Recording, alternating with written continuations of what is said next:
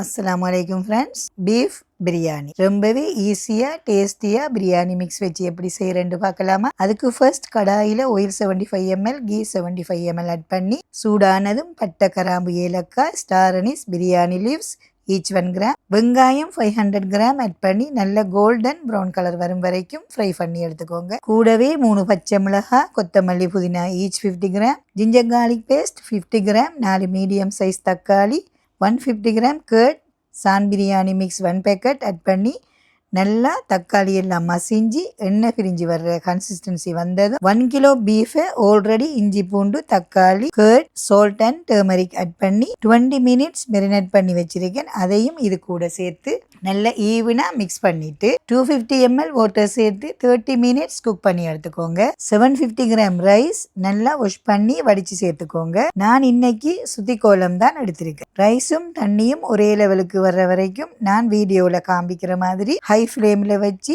ஸ்பூனால் இப்படி மிக்ஸ் பண்ணி எடுத்துக்கோங்க. ஒரே லெவலுக்கு வந்ததும் லிட் போட்டு ஸ்டவ்வை மீடியம் ஹீட்டில் வச்சு ஒரு 15 மினிட்ஸ் குக் பண்ணி எடுத்தா நல்ல உதிரியாக ரொம்ப ஈஸியாக டேஸ்டியான பீஃப் பிரியாணி ரெடி.